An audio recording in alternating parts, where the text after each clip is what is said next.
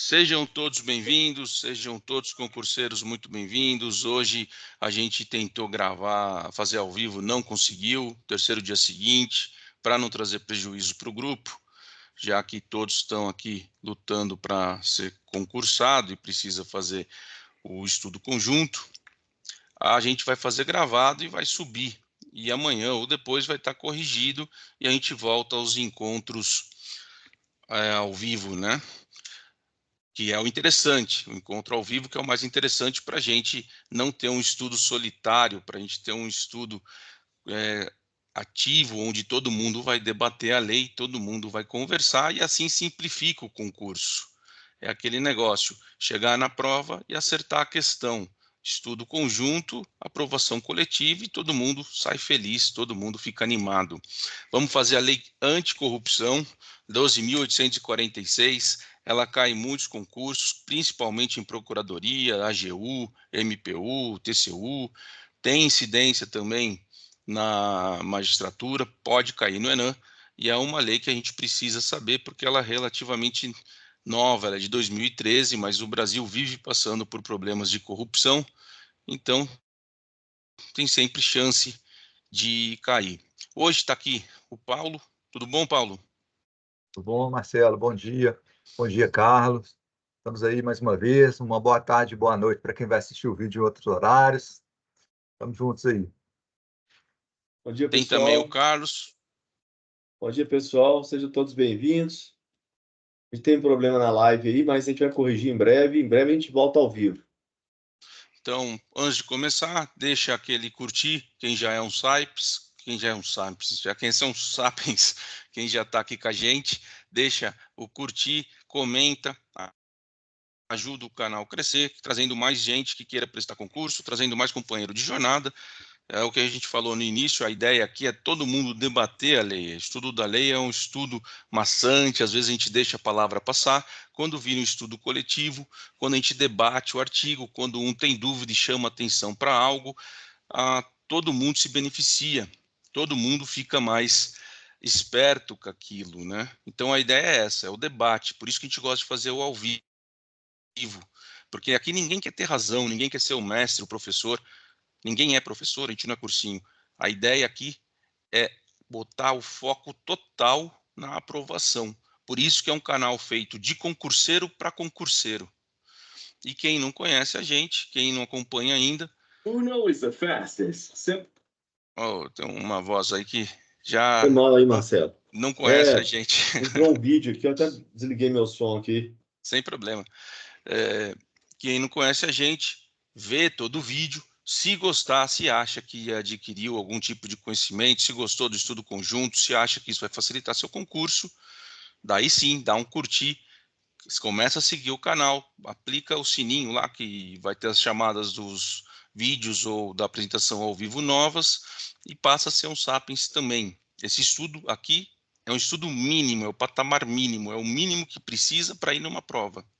Você vai ter que seguir o seu cronograma, seja de qual cursinho for, não tem importância. Então eu vou compartilhar a lei e vamos começar a nossa jornada da aprovação.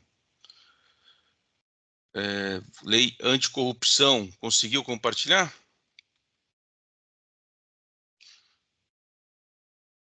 Se não compartilhou, avisa. Capítulo 1, disposições gerais, artigo 1. Essa lei dispôs sobre a responsabilidade objetiva administrativa e civil das pessoas jurídicas pela prática de ato contra a administração pública nacional ou estrangeira. Então, a pessoa jurídica responde de forma objetiva na esfera administrativa e civil. Caiu no ENAM 1, FGV, a lei anticorrupção compreende uma lei nacional que deve ser observada por toda a administração pública, poder executivo, legislativo e judiciário da esfera estadual, federal e municipal. Parágrafo único. Aplica-se o disposto nessa lei à sociedade empresária e à sociedade simples, personificada ou não, independentemente da forma de organização ou modelo societário adotado, bem como a quaisquer fundações, associação de entidade ou pessoas, ou sociedade estrangeira, que tenha sede, filial ou representação no território brasileiro, constituídos de fato ou de direito, ainda que temporariamente, Então, ela vai ter uma aplicação também à sociedade empresária e à sociedade simples. Pouco importa se ela está personificada, se ela foi levada a registro. Você lembra, Carlos, a diferença de sociedade personificada e não?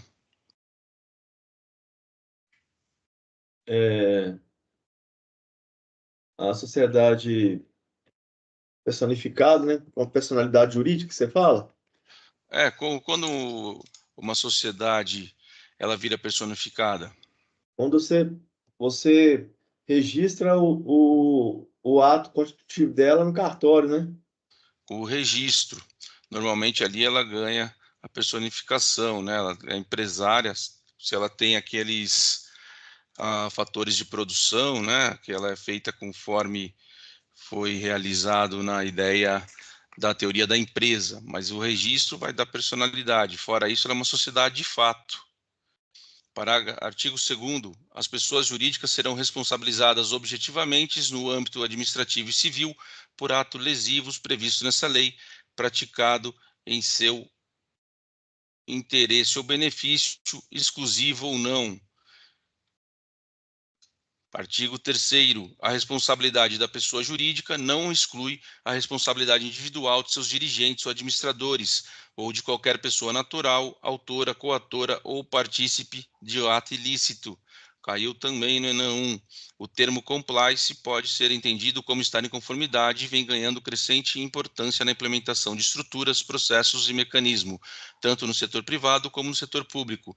Para minimizar os riscos de corrupção, o compliance foi ganhando espaço no setor público, especialmente com a entrada em vigor da Lei Anticorrupção 12.864 de 2013. Sobre o tema, analise a afirmativa a seguir. Foi dado como correto. A responsabilização da pessoa jurídica não exclui a responsabilidade individual de seus dirigentes ou administradores ou de qualquer pessoa natural, autora, coautora ou partícipe de ato ilícito. Parágrafo 1º.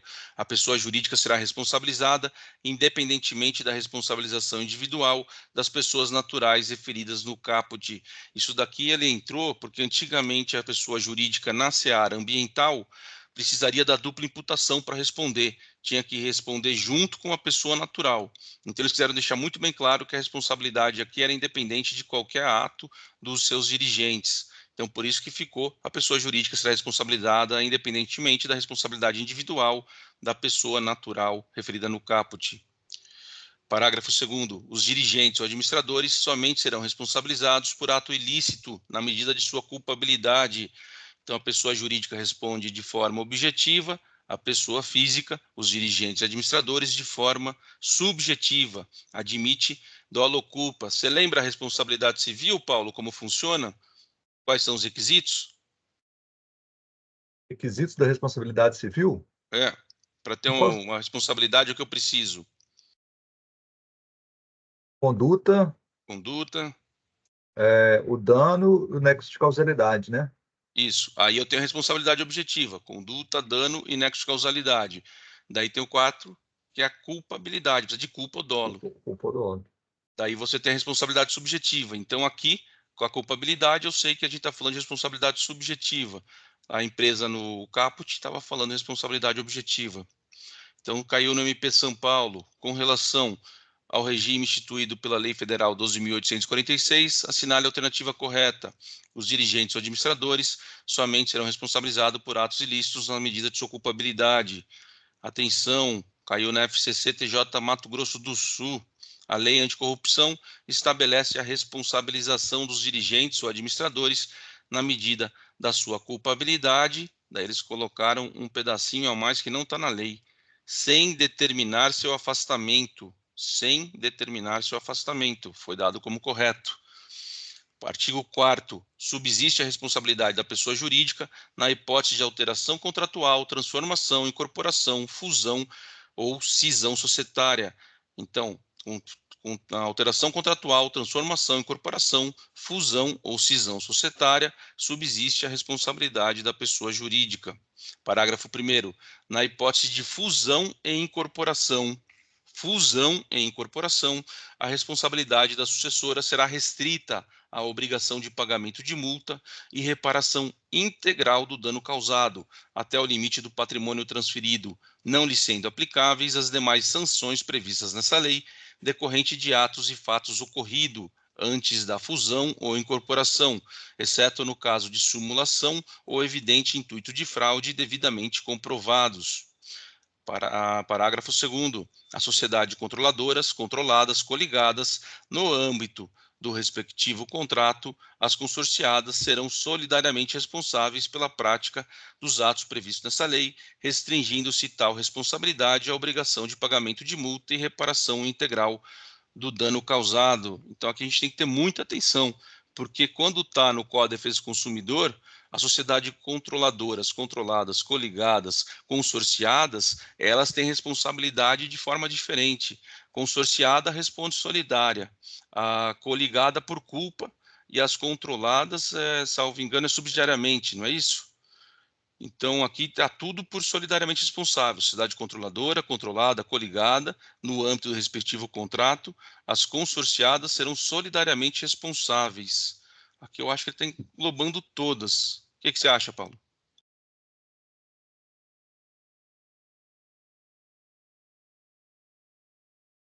Eu acredito que tá com todas também. Então, a gente tem que tomar muito cuidado, porque aqui tem uma diferença com o que a gente está ordinariamente acostumado, né? Normalmente, a gente já grava aquela definição do CDC. Capítulo 2 dos atos lesivos à administração pública nacional ou estrangeira, artigo 5º, constitui ato lesivo à administração pública nacional ou estrangeira, para fins dessa lei, todas aquelas praticadas pelas pessoas jurídicas mencionadas no parágrafo único do artigo 1º, que atentem contra o patrimônio público nacional ou estrangeiro, contra princípios da administração pública ou contra os compromissos internacionais assumidos pelo Brasil, assim definidos. Então, os atos lesivos, eles visam proteger os que atentem contra patrimônio público nacional e estrangeiro, é o primeiro ponto, patrimônio público nacional e estrangeiro, princípios da administração pública e contra os compromissos internacionais assumidos. São esses 3 pontos que a gente tem que ficar atento. 1. Prometer, oferecer ou dar, direto ou indiretamente, vantagem indevida a agente público ou a pessoa a ela relacionada. 2. Comprovar, financiar, custear, patrocinar ou de qualquer modo subvencionar a prática dos atos ilícitos previstos nessa lei. 3. Comprovadamente utilizar-se de interposta pessoa física ou jurídica para ocultar ou dissimular seus reais interesses ou a identidade dos beneficiários dos atos praticados. 4. No tocante à licitação e contrato, a. Frustrar ou fraudar, mediante ajuste, combinação ou qualquer outro expediente, o caráter competitivo do procedimento licitatório público. B. Impedir, perturbar ou fraudar a realização de qualquer ato de procedimento licitatório público. C. Afastar ou procurar afastar licitante por meio de fraude ou oferecimento de vantagem de qualquer tipo. D. Fraudar licitação pública ou contrato dela decorrente. E. Criar, de modo fraudulento ou irregular, pessoa jurídica para participar de licitação pública ou celebrar contrato administrativo. F. Obter vantagem ou benefício indevido, de modo fraudulento, de modificações ou prorrogações de contrato celebrado contra a administração pública sem autorização em lei, no ato convocatório da licitação pública ou nos respectivos instrumentos contratuais. Ou G. Manipular ou fraudar o equilíbrio econômico-financeiro nos contratos celebrados com a administração pública. 5. Dificultar atividade de investigação ou fiscalização de órgão, entidade ou agentes públicos, ou intervir em sua atuação, inclusive no âmbito das agências reguladoras e dos órgãos de fiscalização do Sistema Financeiro Nacional. Parágrafo 1º. Considera-se administração pública estrangeira os órgãos e entidades estatais ou representações diplomáticas de país estrangeiro de qualquer nível ou esfera de governo, bem como as pessoas jurídicas controladas, direto ou indiretamente, pelo poder público de país estrangeiro. Caiu no cartório Sergipe, FGV, a respeito da responsabilidade civil e administrativa das pessoas jurídicas pela prática de ato contra a administração pública, disciplinada pela Lei 12.846, de 1º de agosto de 2013, é correto afirmar que compreende a prática de atos contra a administração estrangeira, assim considerado os órgãos e entidades estatais ou representações diplomáticas de países estrangeiros de qualquer nível ou esfera de governo, bem como as pessoas jurídicas controladas direto ou indiretamente pelo poder público de país estrangeiro. 2. Para efeitos dessa lei, equipara-se a administração pública estrangeira às organizações públicas internacionais. Parágrafo 3º, considera-se agente público estrangeiro, para fins dessa lei, quem, ainda que transitoriamente ou sem remuneração, exerça cargo, emprego ou função pública em órgão ou entidade estatal ou em representações diplomáticas de país estrangeiro, assim como em pessoas jurídicas controladas direto ou indiretamente pelo poder público de país estrangeiro ou em organizações públicas internacionais. Capítulo 3 da responsabilização administrativa. Artigo 6º. Na esfera administrativa, serão aplicadas às pessoas jurídicas consideradas responsáveis pelo ato lesivo, previsto nessa lei, as seguintes sanções.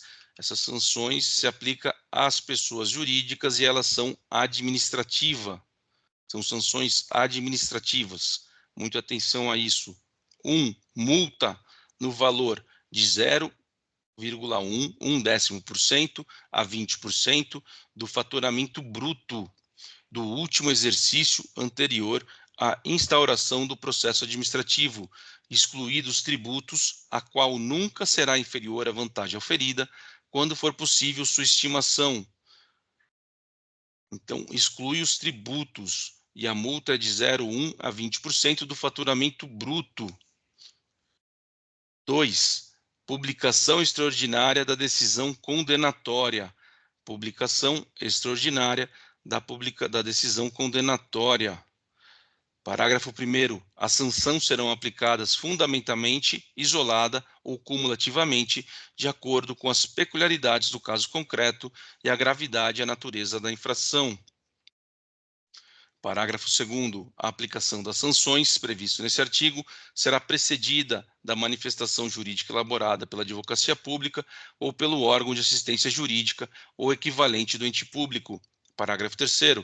A aplicação da sanção prevista nesse artigo não exclui, em qualquer hipótese, a obrigação de reparação integral do dano. Então, a sanção administrativa não exclui, em qualquer hipótese, a obrigação de reparação integral do dano. Ô, Carlos, quais são mesmo as sanções administrativas? Carlos?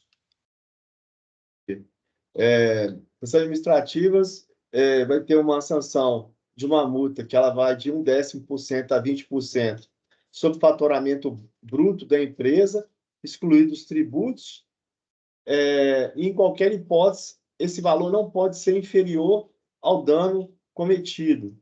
E também publicação extraordinária da sentença, né? Que ele foi, acho que foram só essas duas, não é duas? São só essas duas. Então, ela não exclui, em qualquer hipótese, a obrigação de reparação integral do dano. Parágrafo 4º. Na hipótese do inciso 1 do caput, caso não seja possível utilizar o critério do valor do faturamento bruto da pessoa jurídica, a multa será de 6.000 a 60 milhões de reais. 6.000 a 60 milhões de reais. Parágrafo 5º. A publicação extraordinária da decisão condenatória ocorrerá na forma de extrato da sentença.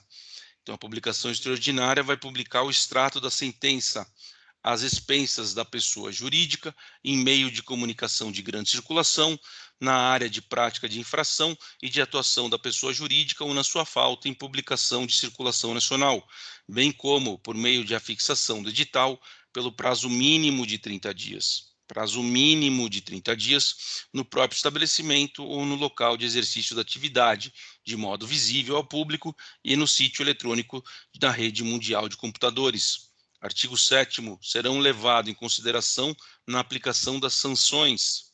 Aqui a sanção administrativa que ele está falando ainda. Então, serão levados em consideração na aplicação da sanção. 1. Gravidade da infração. 2. Vantagem auferida ou pretendida pelo infrator. 3. Consumação ou não da infração. 4. Grau da lesão ou perigo de lesão. 5. Efeito negativo produzido pela infração. 6. Situação econômica do infrator. 7. Cooperação da pessoa jurídica para apuração das infrações. 8. Existência de mecanismo e procedimento interno de integridade, auditoria e incentivo à denúncia de irregularidades e aplicação efetiva do Código de Ética e de Conduta no âmbito da pessoa jurídica.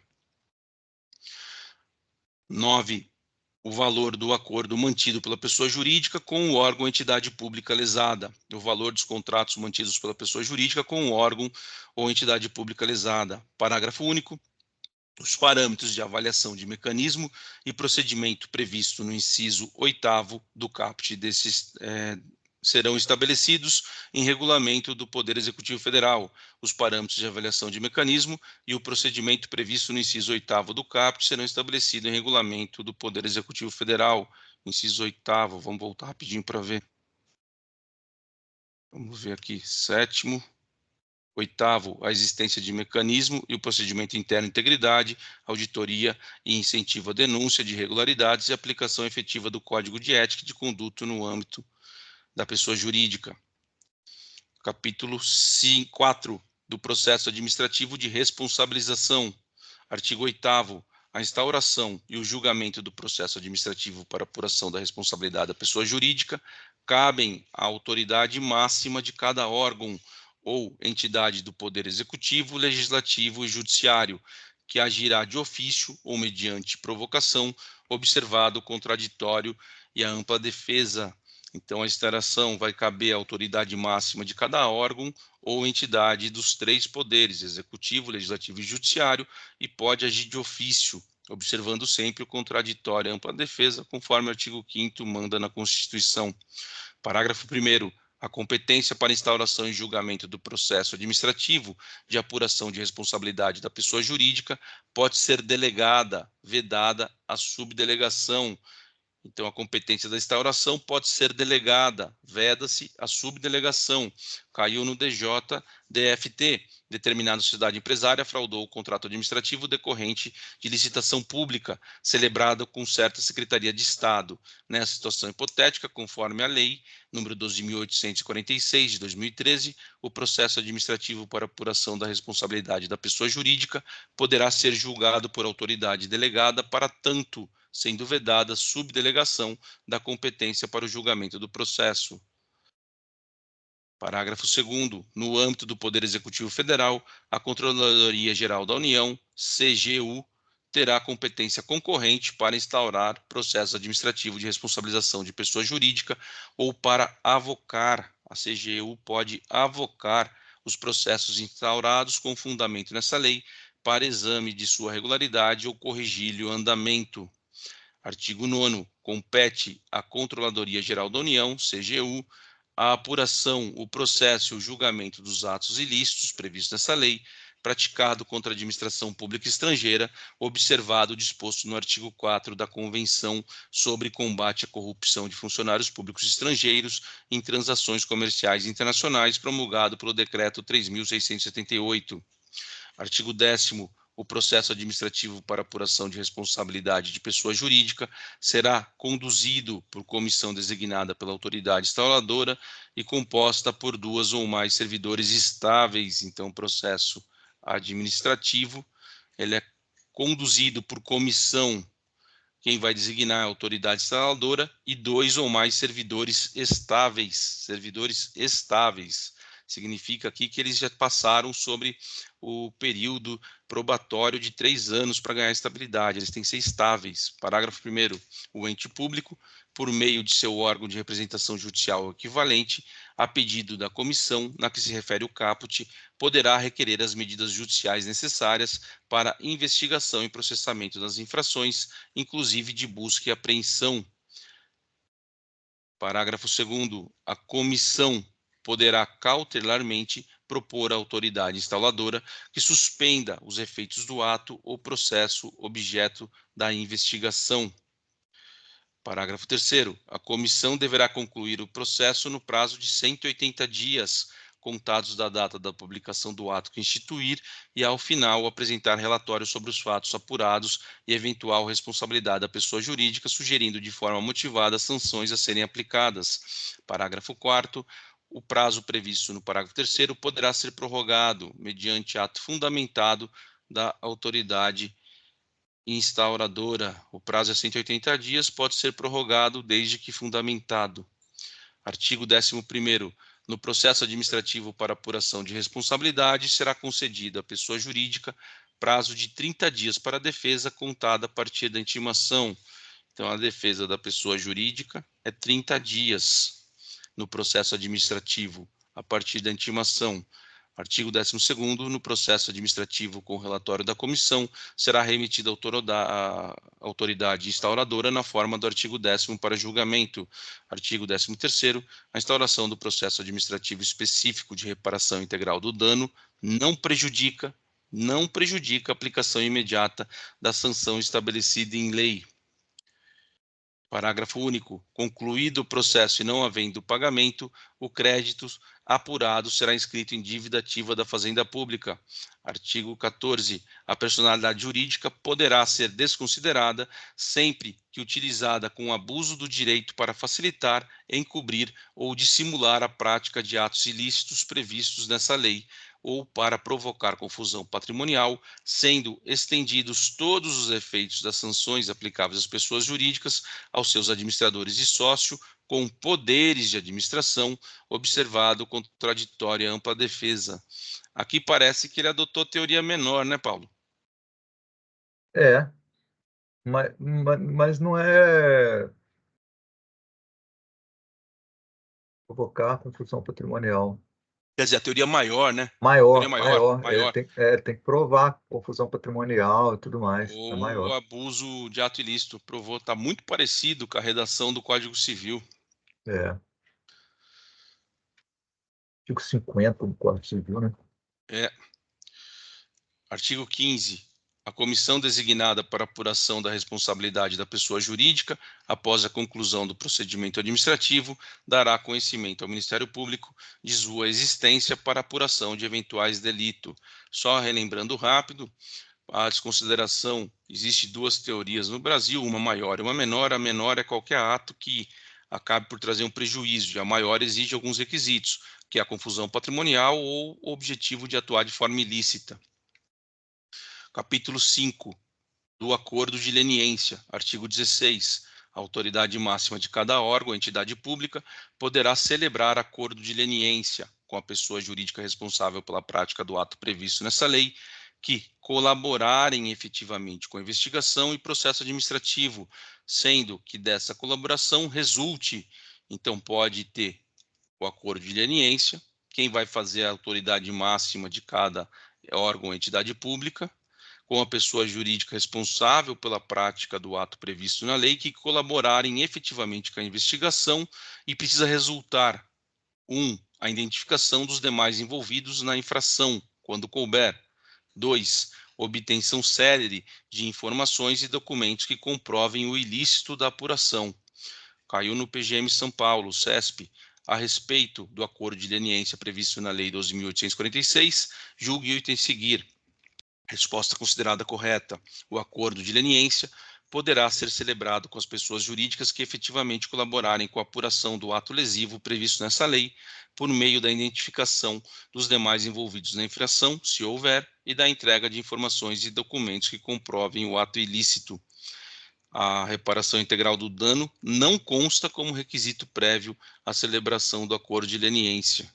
Tem que ficar muito atento, a reparação do dano não consta, são os dois requisitos apenas: identificação dos demais envolvidos na infração, quando couber, e a obtenção célere de informações e documentos que comprove o ilícito sobre apuração.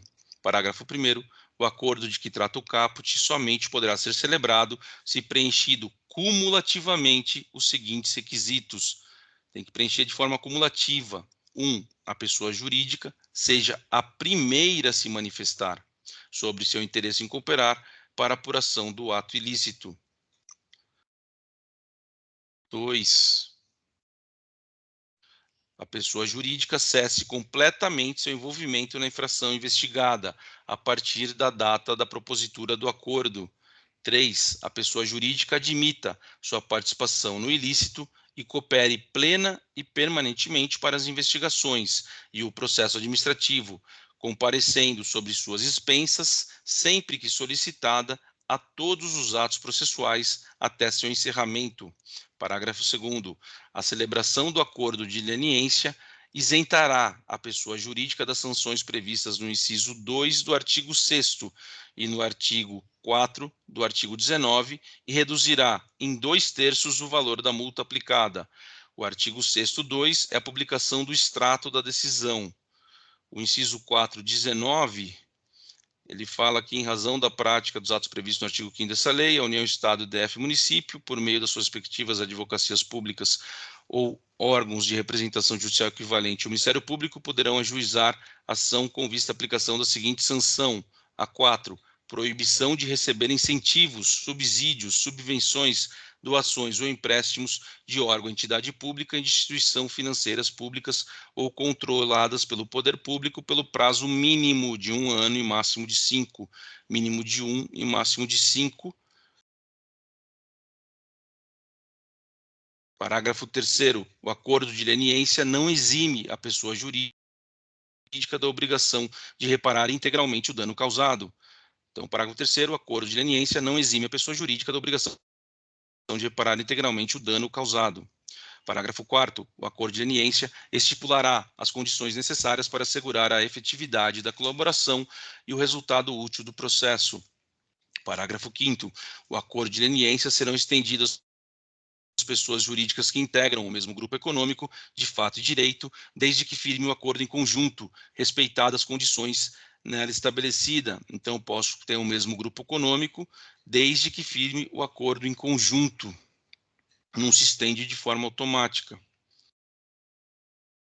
Parágrafo 6º. A proposta de acordo de leniência somente se tornará pública após a efetivação do respectivo acordo, salvo no interesse das investigações e do processo administrativo. Parágrafo 7º. Não importará em reconhecimento da prática do ato ilícito investigado a proposta do acordo de leniência rejeitada. Então, foi rejeitado o acordo, não tem reconhecimento da prática do ato ilícito. Parágrafo 8º. Em caso de descumprimento do acordo de leniência, a pessoa jurídica ficará impedida de celebrar novo acordo pelo prazo de 3 anos. 3 anos é o prazo do acordo de leniência, contado do conhecimento pela administração pública do referido descumprimento. Tem que tomar muita atenção para esse prazo de 3 anos do acordo de leniência, porque normalmente é 5. Quando tem nas leis penais, né, sempre vem 5 anos. Parágrafo 9º. A celebração do acordo de leniência interrompe o prazo prescricional dos atos ilícitos previstos nessa lei. Então, ela interrompe, mas também tem que ler que suspende, caso já tenha começado. Parágrafo 10º. A Controladoria Geral da União, CGU, é o órgão competente para celebrar o acordo de leniência no âmbito do Poder Executivo Federal, bem como nos atos lesivos praticados contra a administração pública estrangeira. Então, a CGU é o órgão competente para celebrar o acordo de leniência. Artigo 17. Mas tem aqui antes uma coisa mais interessante. O Ministério Público pode celebrar o acordo de leniência? Existe uma polêmica sobre isso. O artigo 1610 da Lei 12.846 afirma que a Controladoria Geral da União é o órgão competente para celebrar o acordo de leniência no âmbito do Poder Executivo Federal, bem como no caso de ato lesivo praticado contra a administração pública estrangeira. A posição que prevalece, contudo, é de que, mesmo no silêncio da lei, o Ministério Público pode sim fazer o acordo de leniência, porque isso decorre do artigo 129 da Constituição Federal. Conquanto o artigo 16 da Lei nº 12.846 não tem expressamente conferido poderes ao MP para firmar acordo de leniência, a referida atribuição decorre dos poderes conferidos pela própria Constituição Federal e Lei de Regência. O artigo 129.9 da Lei Maior expressamente trouxe a previsão da competência constitucional para que o Ministério Público exerça outras funções, desde que tenha pertinência temática com suas finalidades institucionais. com efetivo, o Ministério Público é órgão responsável pela fiscalização da correta aplicação da lei e do combate efetivo à corrupção e às formas de bular o sistema legal e normativo. Então, pela Constituição, o Ministério Público é agente próprio, é agente legitimado a propor acordos de leniência. A lei fala simplesmente no CGU. Artigo 17. A administração pública poderá também celebrar acordo de leniência com a pessoa jurídica responsável pela prática de ilícitos previstos na Lei 8666, de 21 de julho de 93, com vista à isenção ou atenuação das sanções administrativas estabelecidas em seu artigo 86 e 88. Atenção, FGV-CESP. O ordenamento jurídico pátrio assumiu a um espraiamento da figura dos acordos de leniência administrativa, em paralelo ao uso de instituto análogos na seara criminal. Esse movimento foi influenciado pelo esforço internacional de convergência na adoção de políticas judiciais e legislativas de combate à corrupção. A coexistência de múltiplos regimes de leniência requer um esforço normativo de alinhamento de incentivos premiados do sistema e de criação de mecanismos de cooperação entre as agências responsáveis pelo enforcement das legislações. Dentre os importantes fatores de congruência do regime que pode comprometer o incentivo dos agentes econômicos em colaboração com as autoridades públicas no desvendamento de ilícitos, ressalta-se a ausência ou imprecisão de previsão legal sobre a extensão dos benefícios de leniência à esfera penal e a pluralidade de metodologias e cálculos de reparação de dano. A partir de uma interpretação sistemática da Lei 12.846, conhecido como Lei Anticorrupção, é possível compreender que o diploma instituiu o verdadeiro regime duplo de responsabilização das pessoas jurídicas. Dentre desse regime público duplo, a prática das chamadas atos lesivos à administração pública, definido no artigo 5º da lei, pode tanto ensejar responsabilidade administrativa, que é regulamentada no capítulo 3 e 4 do diploma, quanto a responsabilidade judicial, que é regulamentada pelo capítulo 6 da lei, quando a celeridade do acordo de leniência anticorrupção envolver simultaneamente CGU e AGU. O alcance dos benefícios opera tanto sobre o regime de responsabilização administrativa, que é guardado pelo CGU, quanto sobre o regime de responsabilização judicial, que é guardado pela AGU na esfera federal. As impetrantes celebrarão acordos de leniência com a AGU ou CGU e com o MPF, que continham previsões expressas no sentido de afastar as sanções administrativas da lei anticorrupção, as sanções previstas nos incisos 1 e 4 do artigo 87 da Lei 8666, e ainda os efeitos e as penalidades previstas na Lei 8.429.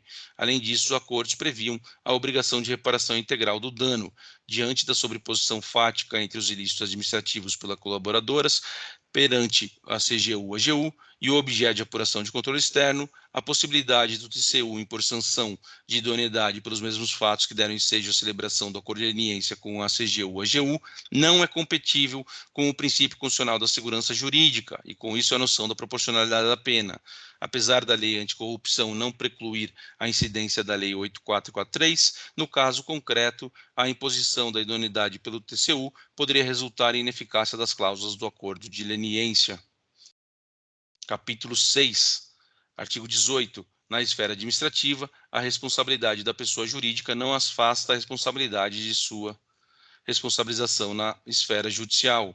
Artigo 19. Em razão da prática de atos previstos no artigo 5º dessa lei, a União, o Estado, o DF e o município, por meio das respectivas advocacias públicas ou órgãos de representação judicial equivalente, e o Ministério Público poderão ajuizar ação com vista à aplicação das seguintes sanções às pessoas jurídicas infratoras. Aqui a gente já está falando, né, mais na área administrativa, a gente está falando da responsabilização judicial.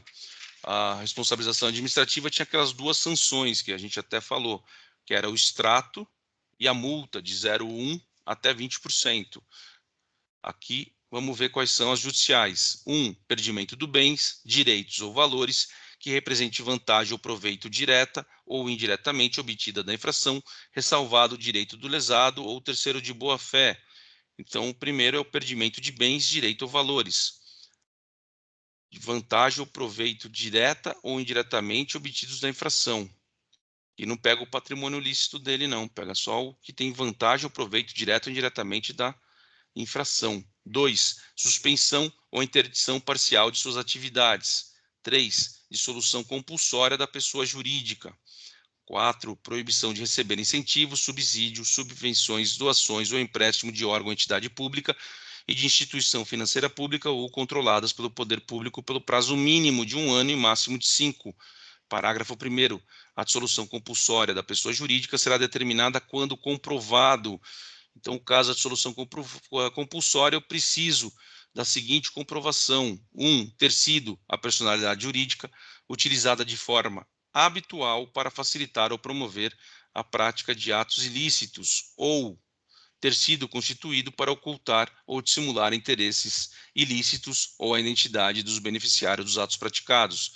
Parágrafo 3º. A sanção poderá ser aplicada de forma isolada ou cumulativa. Parágrafo 4º. O Ministério Público ou a Advocacia Pública ou órgão de representação judicial ou equivalente do ente público poderá requerer a indisponibilidade de bens, direitos ou valores necessário à garantia do pagamento de multa ou da reparação integral do dano, conforme previsto no artigo 7º, ressalvado o direito do terceiro de boa-fé. Artigo 20. Nas ações ajuizadas pelo Ministério Público, poderão ser aplicadas sanções previstas no artigo 6º, sem prejuízo daquelas previstas nesse caput, desde que constatada a omissão das autoridades competentes para promover a responsabilização administrativa. Então, nas ações ajuizadas pelo Ministério Público, não é pelo órgão da Procuradoria Municipal ou Estadual ou da União, eles poderão, uma faculdade, ser aplicadas sanções previstas do artigo 6, que é aquela administrativa, sem prejuízo das desse capítulo, mas vai ter que ter um fato aí.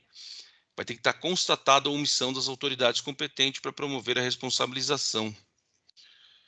Artigo 21. Nas ações de responsabilização judicial, será adotado o rito previsto na Lei 7.347, que é a Lei de Ação Civil Pública, adota o rito da Lei de Ação Civil Pública. Parágrafo único.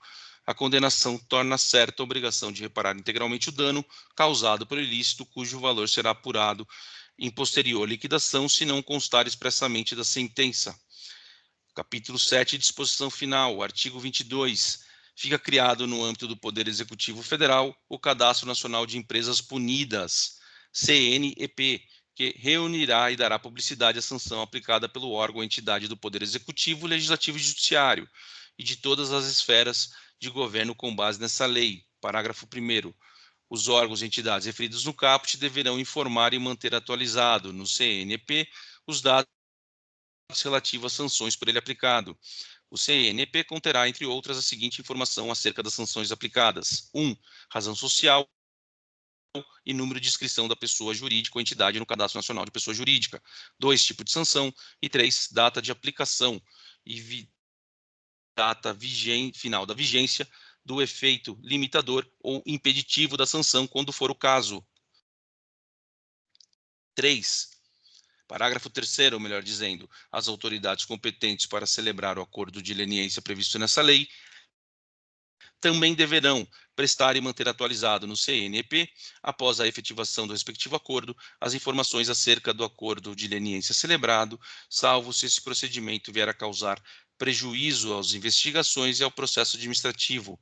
Parágrafo 4º, caso a pessoa jurídica não cumpra os termos do acordo de leniência, além das informações previstas no parágrafo 3º, deverá ser incluída no CNEP referência ao respectivo descumprimento. Parágrafo 5º, os registros da sanção e acordo de leniência serão excluídos depois de decorrido o prazo previamente estabelecido no ato sancionador ou do cumprimento integral do acordo de leniência e a reparação eventual do dano mediante solicitação do órgão ou entidade sancionadora. Artigo 23. Os órgãos ou entidades do Poder Executivo, Legislativo e Judiciário de todas as esferas do governo deverão informar e manter atualizados para fins de publicidade no Cadastro Nacional de Empresas Inidôneas e Suspensas, 6, de caráter público, instituído no âmbito do Poder Executivo Federal, os dados relativos à sanção por eles aplicado nos termos do disposto do artigo 87 e 88 da Lei 8.666. Artigo 24. A multa e o perdimento de bem, direitos ou valores aplicado com fundamento nessa lei serão destinados preferencialmente aos órgãos ou entidades públicas lesadas. Artigo 25. prescreve em 5 anos as infrações previstas nessa lei, contada da data de ciência ou, caso de infração permanente continuada, do dia em que tiver cessado. Parágrafo único. Na esfera administrativo-judicial, a prescrição será interrompida com a instauração do processo que tenha por objeto a apuração da infração. Artigo 26. A pessoa jurídica será representada no processo administrativo na forma do seu estatuto ou contrato social. Parágrafo 1º. As sociedades sem personalidade jurídica serão representadas pela pessoa a quem couber a administração de seus bens. Parágrafo 2º. A pessoa jurídica estrangeira será representada pelo gerente, representante ou administrador de sua filial ou agência sucursal aberta ou instalada no Brasil. Artigo 27. A autoridade competente que, tendo conhecimento das infrações previstas nessa lei, não adotar providências para apuração do fato, será responsabilizada penal, civil e administrativamente nos termos da legislação específica aplicável. Artigo 28. Essa lei aplica-se aos atos lesivos praticados por pessoas jurídicas brasileiras contra a administração pública estrangeira, ainda que cometida no exterior. Então, aplica aos atos lesivos praticados por pessoa jurídica brasileira contra a administração pública estrangeira, ainda que no exterior. Artigo 29. O disposto nessa lei não exclui as competências do Conselho Administrativo da Defesa Econômica, do Ministério da Justiça, do Ministério da Fazenda, para processar e julgar fato que constitui infração à ordem econômica. Artigo 30. A aplicação da sanção prevista nessa lei não afeta os processos de responsabilização e aplicação da penalidade decorrente de 1. Ato de improbidade administrativo. 2. Atos ilícitos alcançado pela lei de licitação ou outra norma de licitação e contratos da administração pública, inclusive no tocante ao regime diferenciado de contratações públicas RDC. Artigo 31, encerrou aqui, que é prazo de entrada. Agora, pelo cronograma, a gente tem que ler súmulas, né, Paulo? Vou compartilhar a súmula aqui rapidinho. Compartilhar não, desculpa, não dá para compartilhar porque o material não é nosso. Começa pelas súmulas do STF, para a gente poder... Tá bom. Então, vamos lá. Direito administrativo, autotutela, súmula 6. A revogação ou anulação pelo Poder Executivo de aposentadoria ou qualquer outro ato aprovado pelo Tribunal de Contas não produz efeitos antes de aprovada por aquele tribunal, ressalvada a competência revisora do Judiciário. Só tirar aqui o compartilhamento, porque não vai mais compartilhar isso. Súmula 346. A administração pública pode declarar... A leitura das súmulas aí vai ser o STF ou o STJ? Os dois. Tá, mas vai ser direito administrativo mesmo, né? É. Direito Tá, mas você administrativo. começou por qual aí? STF. A leitura da súmula é por assunto, não é por número. Então, a gente vai pegar e vai vendo os assuntos que ela é cobrada e vai colocando aqui. Então, o primeiro foi autotutela, né, com o artigo 6º, agora o 346. A administração pública pode declarar a nulidade de seus próprios atos. Súmula 473. A administração pode anular seus próprios atos quando eivado de vício que o torne ilegais, porque deles não se originam direitos, ou revogado por motivo de conveniência e oportunidade, respeitados os direitos adquiridos e ressalvado em todos os casos a apreciação judicial. Agora a gente vai falar da vedação ao nepotismo. Súmula vinculante número 13. A nomeação de cônjuge, companheiro ou parente em linha reta, colateral ou por afinidade, até o terceiro grau na afinidade, inclusive da autoridade nomeante ou do servidor da mesma pessoa jurídica investido em cargo de direção, chefia ou assessoramento, para o exercício de cargo em comissão ou de confiança, ou ainda de função gratificada na administração pública direta e indireta em qualquer dos poderes da União, do Estado, do DF município, compreendido o ajuste mediante designações recíprocas, viola a Constituição Federal. Agora a gente vai falar da organização administrativa. Súmula 8. Diretor de sociedade de economia mista pode ser destituído no curso de mandato. Diretor de sociedade de economia mista pode ser destituído no curso do mandato. Súmula 18. Dentro do prazo de validade do concurso, o candidato aprovado tem direito à nomeação quando o cargo for preenchido, sem observância da classificação. Essa súmula é a 15. A 15, isso. Dentro do prazo de validade do concurso, o candidato aprovado tem direito à nomeação quando o cargo for preenchido sem observância da classificação. Súmula 16, funcionário nomeado por concurso tem direito à posse. Súmula 16, funcionário nomeado por concurso tem direito à posse. Súmula 17, a nomeação do funcionário sem concurso pode ser desfeita antes da posse. Súmula vinculante 43, é inconstitucional toda modalidade de provimento que propicie ao servidor investir-se sem prévia aprovação em concurso público destinado ao seu provimento, em cargo que não integra a carreira na qual anteriormente investido. Súmula vinculante 44. Só lei pode sujeitar o exame psicotécnico à habilitação de candidato a cargo público. Só a lei pode sujeitar a exame psicotécnico à habilitação de candidato a cargo público. Súmula 683. O limite de idade para inscrição em concurso público só se legitima em face do artigo 7º 30 da Constituição, quando possa ser justificado pela natureza da atribuição do cargo a ser preenchido. Súmula 684. É inconstitucional o veto não motivado à participação de candidato a concurso público. Súmula 685. É inconstitucional toda modalidade de provimento que propicia ao servidor investir-se sem prévia aprovação em concurso público destinado ao seu provimento, em cargo que não integra a carreira na qual anteriormente investido. Súmula 686. Só por lei se pode sujeitar o exame psicotécnico à habilitação de candidato a cargo público.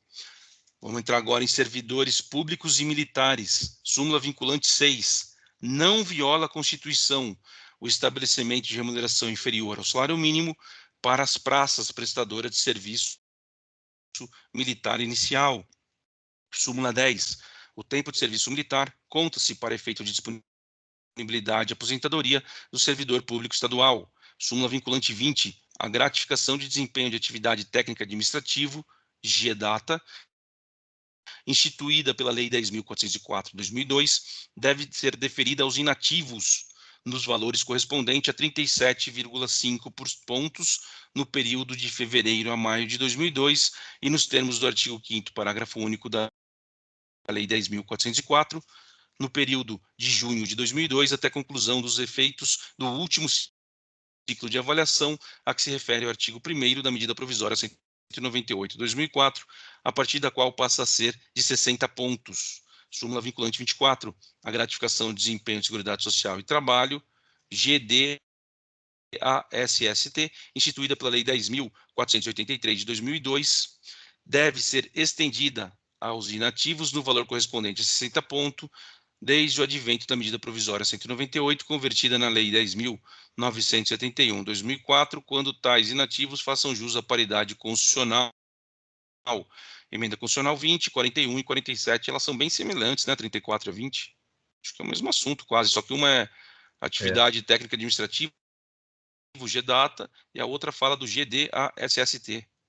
Súmula vinculante 51, o reajuste de 28,86% concedido aos servidores militares pela Lei 8.622 de 93 e 8.627 de 93, estende-se aos servidores civis do Poder Executivo. Então, o reajuste de 28,86%, que é dado aos servidores militares, estende-se, vai ser dado ao servidor civil do Poder Executivo, observadas eventuais compensações decorrentes do reajuste diferenciado concedido pelo mesmo diploma. Súmula 55. Eu me pergunto, por que tem uma súmula dessa, né? Que já exauriu seus efeitos, não precisava de uma súmula vinculante, não? Era extremamente desnecessário esse negócio, né? E a gente daí tem que saber, porque pode cair em prova por ser vinculante, né? Mas realmente é algo muito, muito restrito, né? Aplicou o reajuste lá para os servidores. Estava súmula vinculante, era só uma jurisprudência vinculante que estava suficiente. Um tema resolvia, né? Fazia um IDC, estava resolvido. Súmula número 55. Militar da reserva está sujeito a pena disciplinar. Militar da reserva está sujeito a pena disciplinar. Súmula 57. Militar inativo não tem direito ao uso do uniforme, fora dos casos previstos em lei ou regulamento. Súmula 407. não tem direito ao terço de campanha o militar que não participou de operações de guerra, embora servisse na zona de guerra. Então você não pode estar na zona de guerra, tem que servir na guerra. Essa súmula tem caído, tá? Então vamos reler. Não tem direito ao terço de campanha o militar que não participou de operações de guerra, embora servisse na zona de guerra. Súmula 672, que deu origem àquela súmula vinculante lá, o reajuste de 28,86, concedido aos militares pela Lei 8.622 e 8.627, estende-se aos servidores civis do Poder Executivo, observadas as eventuais compensações decorrentes do reajuste diferenciado concedido pelo mesmo diploma legal. Súmula 673, o artigo 125.4 da Constituição não impede a perda da gradação de militar mediante procedimento administrativo. Súmula 674, a anistia prevista no artigo 8º do ADCT não alcança os militares expulsos. Isso aqui vai cair em prova recente, pode ter certeza, gravar isso, assunto da moda. A anistia prevista no artigo 8º do ADCT não alcança os militares expulsos, com base em legislação disciplinar ordinária, ainda que em razão de ato praticado por motivação política. Então, a anistia que foi dada no artigo 8 do ADCT não alcança militar expulso com base em legislação disciplinar ordinária, ainda que em razão de ato praticado por motivação política.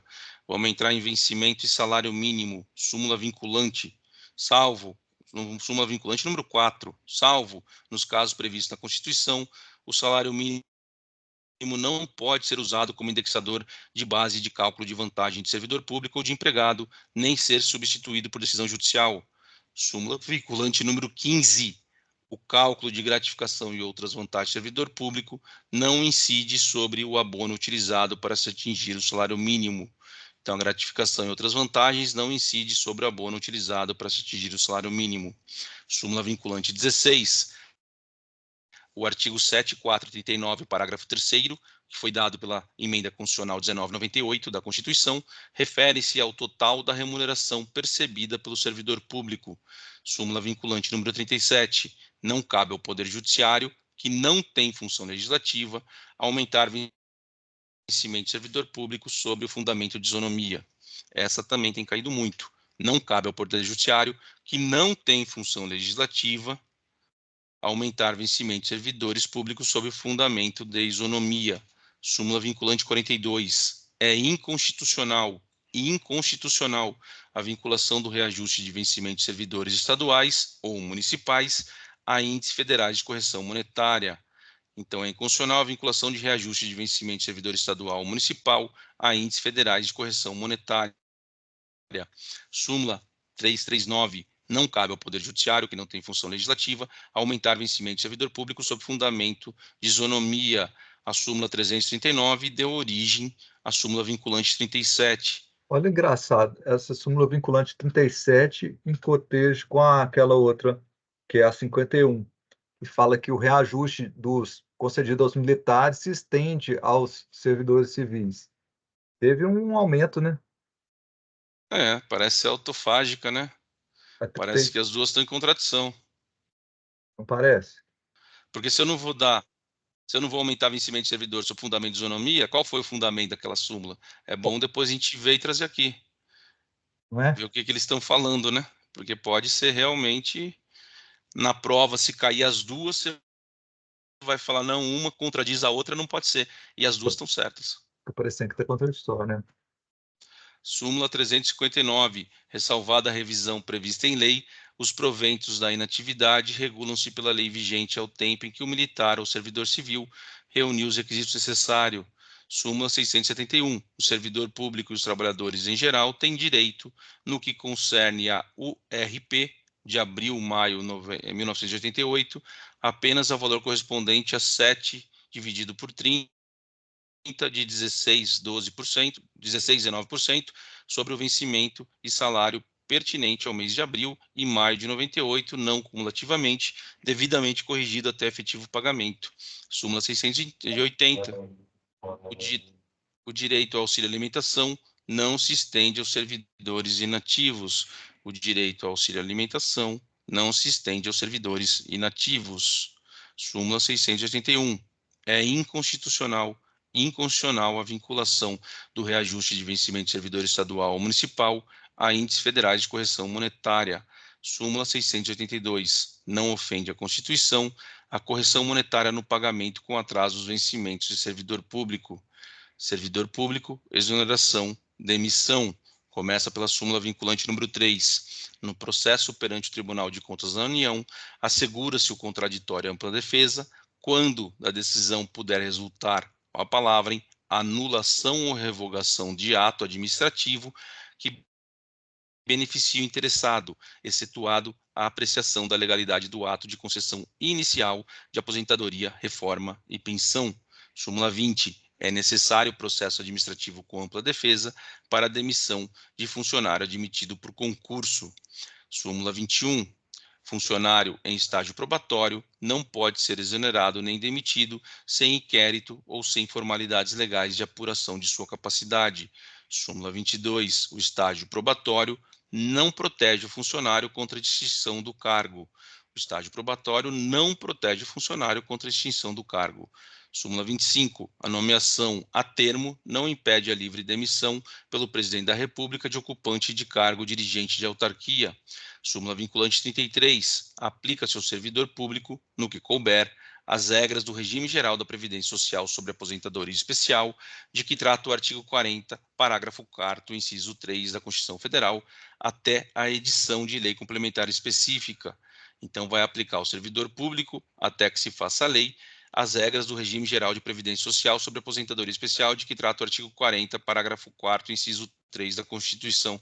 Ô, Carlos, você lembra como que é essa teoria aqui que o Supremo aplicou, no caso de quando você não tem a lei e você entra com o pedido de que seja dado direito? Tem a DI por omissão e o mandado de junção, né? Você lembra qual que foi essa teoria adotada aqui? O que o Supremo fez? A teoria da... É porque tem várias teorias, né? Dá uma explicada aí pra gente.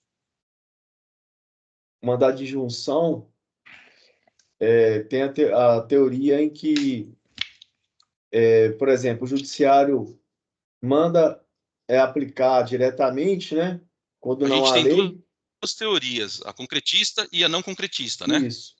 A concretista é quando o judiciário de plano, né, manda aplicar a lei diretamente.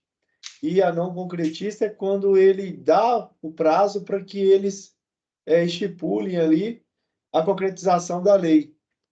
E que seria a não concretista. A não concretista, ele só avisa o órgão, a pessoa jurídica que precisa fazer a lei. Daí a concretista eu tenho duas. Eu tenho a geral e a individual. Isso. A geral eu dou a lei e aplico a todo mundo, e a individual só aplica aquele caso. E tem uma outra divisão, que é quando ela dá um prazo e só depois do prazo ela aplica a lei, ou quando ela já aplica a lei. Essa eu não lembro o nome, você lembra? A mista? Eu acho que a mista é o que eles estão aplicando ultimamente, né? É isso, Paulo? Você lembra? Paulo, acho que não está ouvindo a gente, não. Paulo? Tá ouvindo aí, Paulo? Paulo não está ouvindo a gente, não. Mas depois a gente traz direito, então, mas é mais ou menos isso. Tem a teoria concretista geral e teoria concretista individual. E depois tem uma teoria concretista que você dá um prazo, acho que é a mista mesmo, você dá um prazo para que a administração faça, se ela não fizer, daí entra a lei que eles determinarem, eles fazem a lei. Deixa eu ver se eu tenho aqui, Marcelo. Vamos colocar uma pá de cal nisso aí? Isso aí cai Vamos lá. em prova, apesar de ser uma doutrina, mas cai. Deixa eu só ver se eu tenho aqui material aqui. Enquanto você procura, eu continuo lendo. Tá Daí certo. você me interrompe quando achar. Já tem aqui, já achei já. Vai lá. Então, mandado de junção. Os efeitos da decisão do mandado de junção a partir da perspectiva jurisprudencial funciona assim, ó. A concretista, garri aqui, o Poder Judiciário deve reconhecer a mora do do poder, órgão, entidade ou autoridade responsável pela elaboração da norma regulamentadora, recomendando-lhe que supra a mora, sem, contudo, implementar, concretizar o direito constitucional do autor, tendo a decisão natureza meramente declaratória. Então, não concretista, o judiciário reconhece a mora e pede que seja implementada, mas ele não atua diretamente não implementa e nem concretiza o direito constitucional do autor, não. Ele faz nada, ele só manda cumprir. A tese concretista, a pessoa jurídica deve concretizar o direito constitucional do autor até a superveniência da norma regulamentadora, tendo a decisão natureza constitutiva. Pode ser dividida em duas. A tese concretista individual, que é a decisão da pessoa jurídica, além de conhecer a mora do poder público em regular a norma constitucional, notifica e irá concretizar o direito constitucional, contudo, apenas inter partes. Essa interparte subdivide-se em tese concretista individual intermediária. A decisão do PJ não deve concretizar o direito constitucional de forma imediata, devendo, primeiro, reconhecer a mora e notificar o poder público competente para suprir dentro de um prazo determinado, de modo que apenas se o poder público não suprir a mora dentro do prazo, o judiciário tomará as providências para concretizar o direito. E a tese concretista individual direta. A decisão da pessoa jurídica deve concretizar o direito constitucional de forma imediata. E a tese concretista geral. O Poder Judiciário reconhece a mora do poder público, notifica ou implementa o direito constitucional de forma direta e abstrata para todos, inclusive para aqueles que não buscaram tutela judicial, efeito erga omnes. Portanto, no caso da questão, aí está falando de uma questão aqui que foi cobrado, né? Adotou a teoria não concretista, visto que somente reconheceu a mora, sem concretizar o direito do autor. E na segunda situação ele falou aqui, foi um caso que deu aqui, né? Mas eu não tenho um caso aqui não, eu só anotei o que seria essas decisões, entendeu? Ah, mas esclareceu bem, deu para relembrar direitinho. Obrigado aí, Carlos. Súmula 36. Servidor vitalício está sujeito à aposentadoria compulsória em razão da idade. Súmula 39. A falta de lei, funcionário em disponibilidade não pode exigir judicialmente seu aproveitamento, que fica subordinado a critério de conveniência da administração. Súmula 47. Reitor de universidade não é livremente demissível pelo presidente da República durante o prazo de investidura. Súmula 567. A Constituição, ao assegurar no parágrafo 3º do artigo 102 a contagem integral do tempo de servidor público federal e estadual municipal para efeitos de aposentadoria e disponibilidade, não proíbe a União, aos estados e municípios, mandarem contar, mediante lei, para efeito diverso, tempo de serviço prestado a outra pessoa jurídica de direito público interno. Súmula 726. Tem que tomar cuidado porque ela está superada em parte. Para efeito de aposentadoria especial de professores, não se computa o tempo de serviço prestado fora da sala de aula. Por que ela está superada em partes? Porque o STF decidiu que as atividades de coordenação e assessoramento pedagógico devem ser considerados para fins de aposentadoria especial de professor. Verificar a Lei 11.301 de 2006, que alterou a LDB. Prescrição. Súmula 383. A prescrição em favor da Fazenda Pública começa a correr por 2 anos e meio a partir do ato interruptivo, mas não fica reduzida a 505 anos, embora o titular do direito a interrompa durante a primeira metade do prazo. Então, a prescrição em favor da Fazenda Pública recomeça a correr por 2 anos e meio a partir do ato interruptivo, mas não fica reduzido a 505 anos, embora o titular do direito a interrompa durante a primeira metade do prazo. Súmula 444. A prescrição das prestações anteriores ao período previsto em lei não ocorre quando não tiver sido negado, antes daquele prazo, o próprio direito reclamado ou a situação jurídica que ele resultou. Desapropriação. Súmula 23. Verificados os pressupostos legais para licenciamento da obra, não impede a declaração de utilidade pública para desapropriação do imóvel, mas o valor da obra não se incluirá na indenização quando a desapropriação for efetivada. Súmula 157. É necessário prévia autorização do presidente da República para desapropriação pelos estados de empresas de energia elétrica. Súmula 164. No processo de apropriação, são devidos juros compensatórios, desde a antecipada emissão na posse, ordenada pelo juiz por motivo de urgência. Juros compensatórios, desde a antecipada emissão na posse. Súmula 378. Na indenização por desapropriação, inclui-se honorários do advogado do expropriado. Súmula 416. Pela demora no pagamento do preço da desapropriação, não cabe indenização complementar além dos juros. Súmula número 475. A Lei 4.686 tem aplicação imediata ao processo em curso, inclusive em grau de recurso extraordinário. Súmula 476. Desapropriadas ações de uma sociedade, o poder desapropriante emitido na posse pode exercer desde logo todos os direitos inerentes ao respectivo título.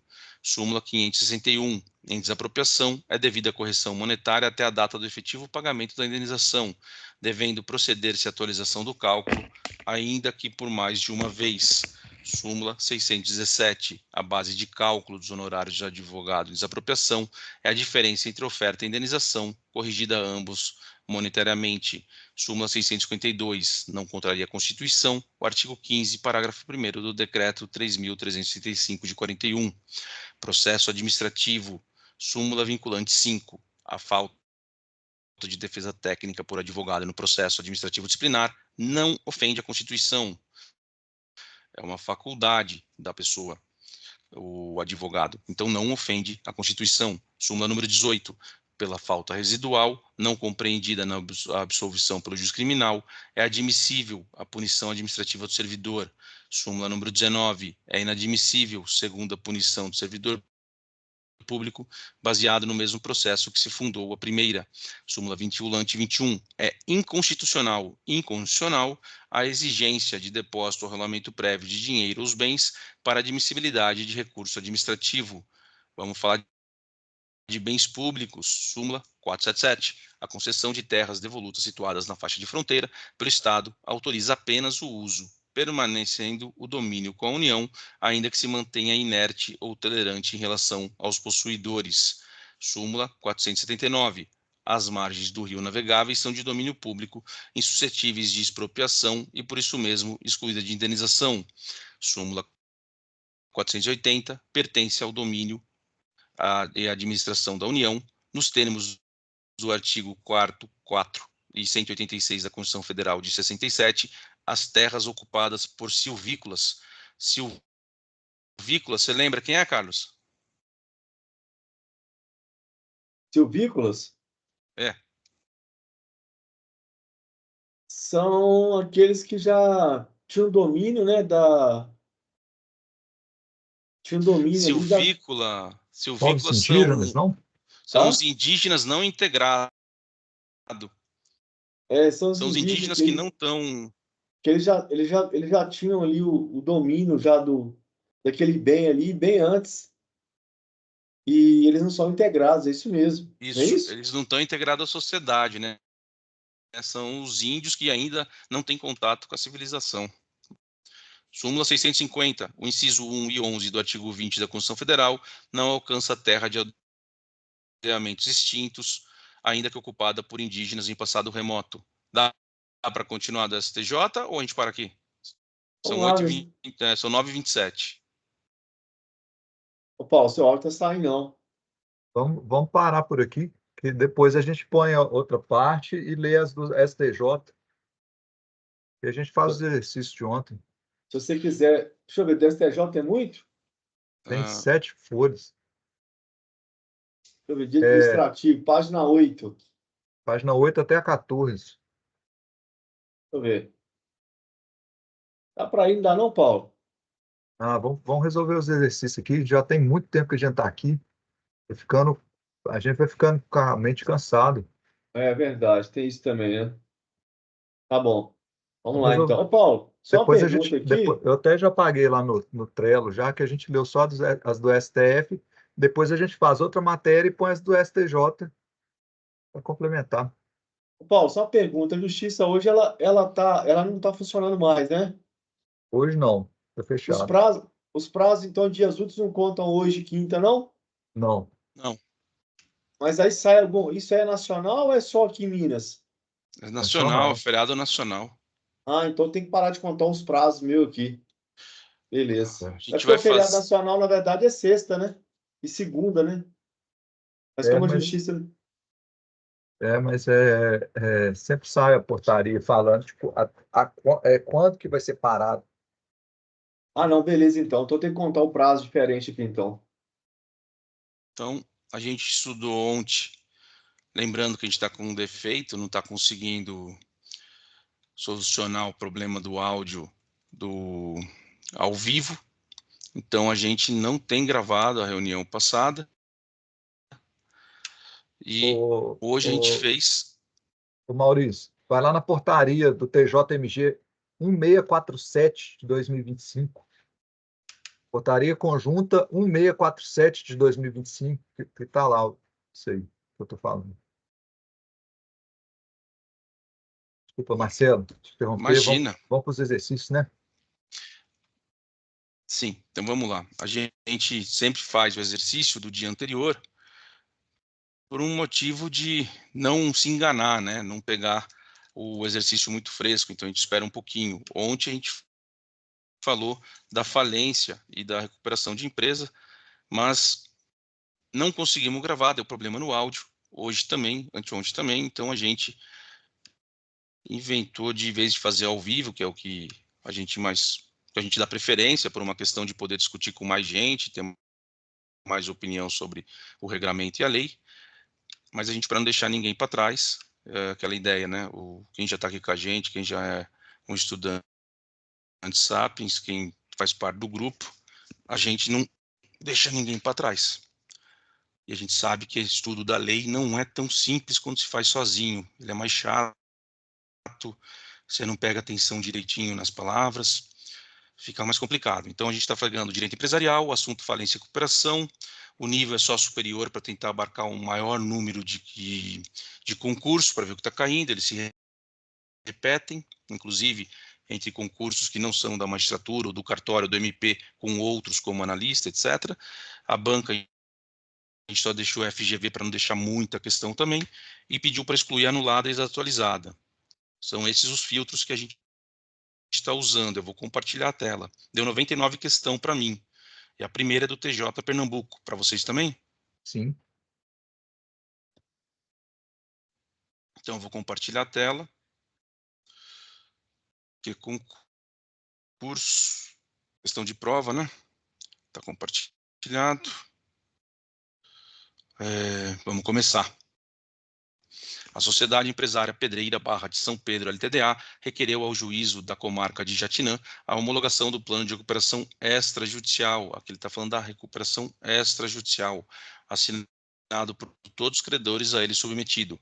Considerando o procedimento para homologação do plano e a providência ser aplicada pelo juiz, é correto afirmar, ou letra A, melhor dizendo, o juiz ordenará a publicação do edital no órgão oficial em jornal de grande circulação nacional ou das localidades da sede filial do devedor, convocando todos os credores do devedor para tomarem ciência e, eventualmente, oferecer impugnação. B. Havendo prova de simulação de crédito ou vício de representação dos credores que subscreveram o plano, a homologação do plano de recuperação extrajudicial deve ser indeferido pelo juiz. C. Decorrido o prazo para o devedor apresentar sua manifestação sobre as impugnações, os autos serão conclusos ao juiz para apreciação das impugnações e este decidirá no prazo de 15 dias acerca do plano de recuperação extrajudicial. D. Eu acho que esse prazo é 30, não tenho certeza. Aqui, Ou então, 60, estaria alguma errado. coisa assim. Eu acho que é 30 ou 60 esse prazo. Não é 15 só, não. Ou 10, ou vai ser menos. Eu acho que vai ser mais o prazo. Esse prazo aí é maior, não é, Paulo? Esse prazo para o juiz decidir, né? É. Eu não me lembro dele certinho, não, mas eu não sei também não sei se é maior. Vamos deixar. A B eu já cortei. A B não precisa de prova de simulação, pode ser indício de simulação. D.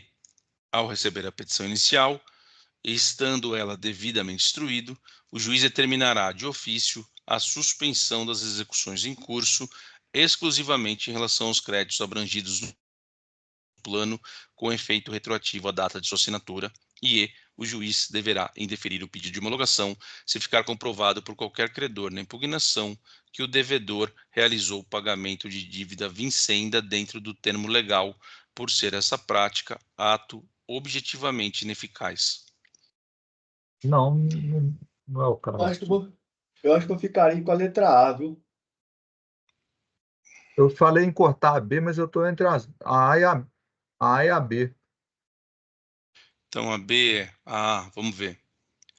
O juiz ordenará a publicação do edital no órgão oficial, em jornal de grande circulação nacional ou das localidades da sede filiais do devedor, convocando todos os credores do devedor para tomar ciência e eventualmente oferecer impugnação. Essa parece É, correto mesmo. E a também B, achei. havendo prova da simulação de créditos, eu acho que não precisa de prova, não. Acho que basta indícios. Eu Eu também vou achei na A que também. acho indício. Vamos ficar com a A. Foi a B, B de bola. E é a B, hein? E é a B. Vamos ver aqui. Pois, hein? Você A gente vê? também não chegou nessa parte, não, né? Precisa de Artigo prova. 164. A gente Então, leu 2 vezes só o início da lei, mas tem que ler o final. aqui, ó. A modernidade chegou na responsabilização, na lei de responsabilidade na recuperação judicial e falência. A publicação será de edital eletrônico apenas. 164.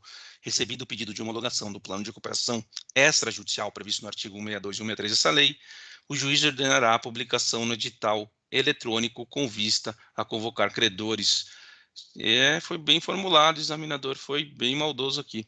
A alternativa B está correta, é o que dispõe o 164.6, havendo prova de simulação de crédito ou vício de representação dos credores que subscrevem o plano, a sua homologação será indeferida. Eu achei que prova era muito forte para uma fase extrajudicial que não teve contraditório, não teve nada. Mas é prova, fica guardado, precisa de prova, e na recuperação extrajudicial só tem publicação eletrônica. É o mundo moderno na recuperação judicial e falência. Acerca do aspecto processual relativo à ação revocatória, é correto afirmar que, dá uma olhada, hein? De novo, TJ Pernambuco. Normalmente empresarial vem mais ou menos umas 6, 7 questões no máximo 8, e 2 foi recuperação judicial. Ou seja, se foram 6 questões, eu tenho 1/3 da prova inteira da relação empresarial de recuperação judicial e falência. Recuperação de empresa e falência é muita coisa. Aí você pode observar que tanto o TJ Pernambuco cobrou em cartórios essa lei de cabo a rabo, está vindo cobrando agora na de juiz, você viu, né, Paulo? Lá de cartórios nós fizemos aquele dia, cobrou essa lei de cabo a rabo em Pernambuco, e agora de novo, e é FGV, né?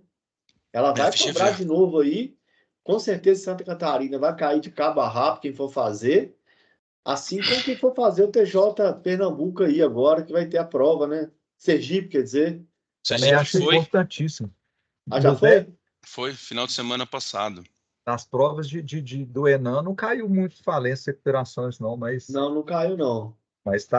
tá na conta aí, porque não caiu nas outras, já entra no radar deles para eles cobrarem. Você vê que está caindo muito, né?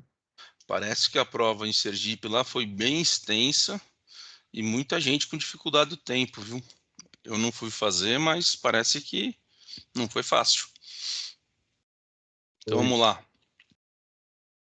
A sentença que julga procedente ação revocatória determinará o retorno do bem, a massa falida em espécie com todos os acessórios ou valor de mercado dos bens acrescido das perdas e danos. B. O ato revogável em relação à massa não pode ser constituído pela ação revocatória se tiver sido praticado antes da falência com base em decisão judicial, ficando albergado pela autoridade da coisa julgada. C. O juiz poderá, de ofício ou requerimento do autor da ação revocatória, ordenar como medida preventiva o sequestro dos bens retirados do patrimônio do devedor que esteja em poder de terceiro. D. A ação revocatória deve ser proposta pela massa falida por qualquer credor ou pelo Ministério Público no prazo de 1 ano contado da data da juntada do auto de arrecadação em processo falimentar. e tem legitimidade passiva na ação revocatória, os terceiros adquirentes, seu direito se originou de ato ineficaz em relação à massa falida, além de todos os que figuram no ato ou foram por ele dele pago, garantindo os benefícios, por efeitos dele pago, garantidos ou beneficiados. O que vocês acham? Não faço a mínima ideia essa. Eu tô na D. De dado? É. Esse prazo de um ano aí que eu não sei, sabe? Eu ficaria com a letra A. E aí, Carlos? Ah, eu não sei essa, sinceramente, eu não lembro dessa aqui, eu acho que eu nem nunca li isso. Eu Foi A. lembro, eu lembro Paulo muito pouco acertou. disso. Paulo E acertou. e ela está muito lógica no sentido de que a sentença vai determinar o retorno dos bens para a massa falida em espécie. Ó, o prazo aqui são 3 anos. A ação revogatória de que trata o artigo 130 dessa lei deverá ser proposta pelo administrador judicial, por qualquer credor ou MP no prazo de 3 anos contado da decretação da falência. Artigo 133. A ação revocatória pode ser promovida: 1. Contra todos que figurarem no ato ou por efeito deles forem pagos, garantidos ou beneficiados. 2. Contra os terceiros adquirentes, se tiverem conhecimento ou se criar o direito da intenção do devedor de prejudicar credores. 3. Contra os herdeiros ou legatários das pessoas indicadas no inciso 1 e 2. Artigo 134. A ação revocatória correrá perante o juiz da falência e obedecerá ao procedimento ordinário previsto no CPC. Artigo 135, que foi a questão correta. De novo, olha só. A gente fala é difícil, mas é a literalidade da lei. A sentença que julgar procedente a ação revocatória determinará o retorno dos bens à massa falida em espécie, com todos os acessórios, ou o valor de mercado acrescido de perdas e danos. Então, a sentença que julgar procedente a ação revocatória determinará o retorno dos bens à massa falida em espécie, com todos os acessórios ou o valor de mercado acrescido de perdas e danos. É letra Em, de lei. em espécie, não é assim em dinheiro, não. É o preferencial do bem em si, né? Era um caminhão, volta o caminhão.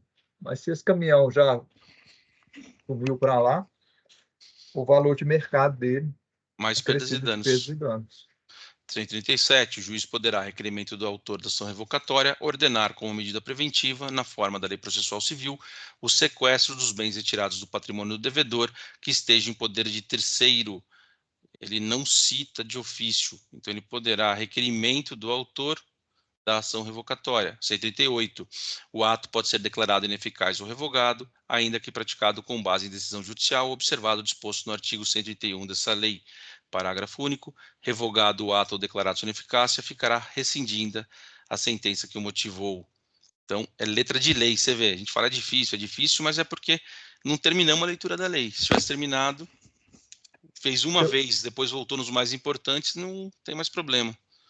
eu lembro de uma treta que teve lá no juízo criminal e no juízo da falência, aqui em Divinópolis, quando tinha sido decretada a falência e os bens estavam arrecadados já. E só que uma peça lá era uma peça de siderurgia. A peça foi eles entraram com uma ação dizendo que aquela peça violou aqueles direitos de propriedade, sabe? Propriedade intelectual. Uhum. E aí na ação criminal foi determinada a busca e apreensão daquela peça e o juiz da falência ficou revoltado com isso. Mas aí teve esse conflito. Mas aí era questão de apreensão criminal, né? Não é que também que está tirando dele. Então, não sei se viola. Que fala o ato pode ser declarado ineficaz ou revogado, ainda que praticado com base em decisão judicial. Não teve na verdade, não teve uma retirada do bem da massa falida, teve uma busca e apreensão, né? Na verdade, só para manter ele apreendido. Se no final do processo criminal não fosse constatado o crime ou apelação ao direito de propriedade, o bem seria restituído. Vamos lá para a última.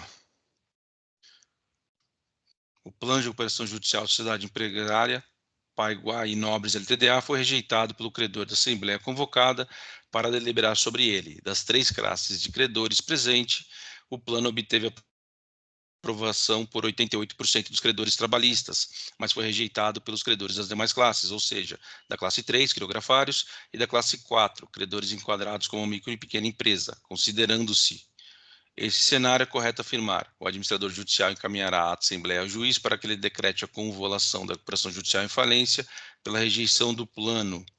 B. O administrador judicial submeterá, após votação de como constatada a rejeição do plano, proposta de deliberação da Assembleia de Credores no sentido de convolar a recuperação judicial em falência. C. O administrador judicial submeterá à Assembleia, após a votação onde for constatada a rejeição do plano, proposta de apresentação no prazo de 30 dias de plano de recuperação judicial pelos credores. Eu acho que a C tem chance, hein? D. O administrador judicial encaminhará a ata da Assembleia ao juiz para que esse declare a retomada da execução em fase da devedora, suspensas por ocasião da decisão de processamento da recuperação. E o administrador judicial encaminhará a ata da Assembleia ao juiz para que seja avaliada por ele a possibilidade de concessão da recuperação judicial de forma impositiva aos credores das 2 classes que o rejeitaram. O que você acha, Carlos? Ó, o Paulo saiu? O Paulo teve que sair um pouquinho, não teve jeito. Ah, tá. Ô, Marcelo, então, ele fala aqui, ó, das 3 tarefas do presidente, o plano obteve aprovação de 88% dos credores trabalhistas, né? Aham. Que é os que têm prioridade de recebimento, né? Mas foi rejeitado pelos quirografários. E pelo micro e pequena empresa. Então, eu fiquei na dúvida com isso, por causa desse quórum aqui, entendeu? Aham. É...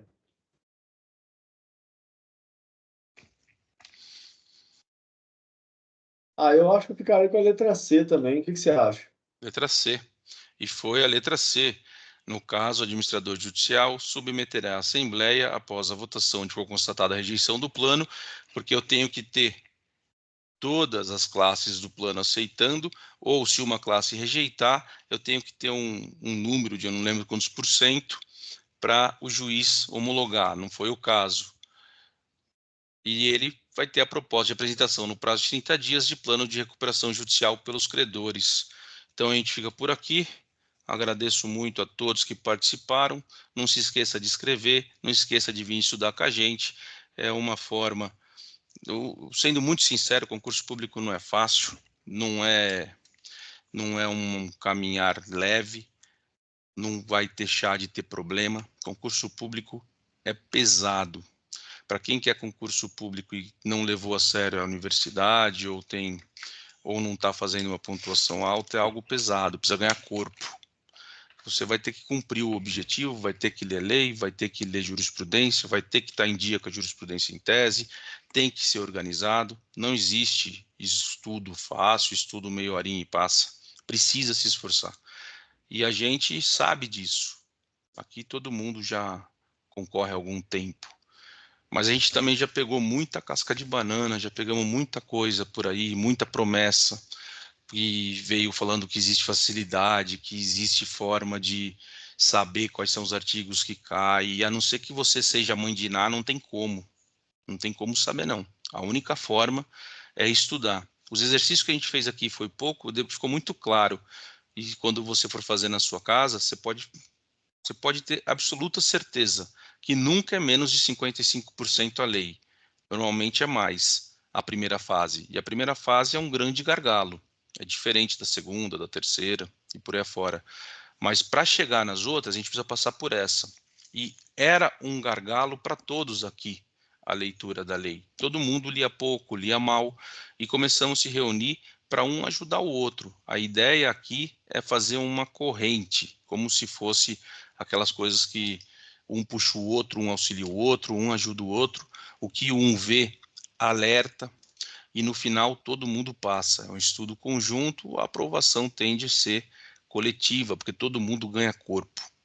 Então a gente está convidando todos, a todos que queiram estudar de verdade, que queiram fazer concurso público de maneira séria, não importa qual concurso, a gente tem gente aqui que quer magistratura, a gente tem gente que quer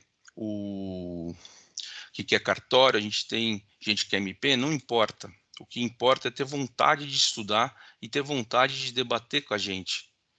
A ideia de abrir isso para o ao vivo, não deu para fazer hoje, é exatamente para ter um debate, chegar na prova e lembrar.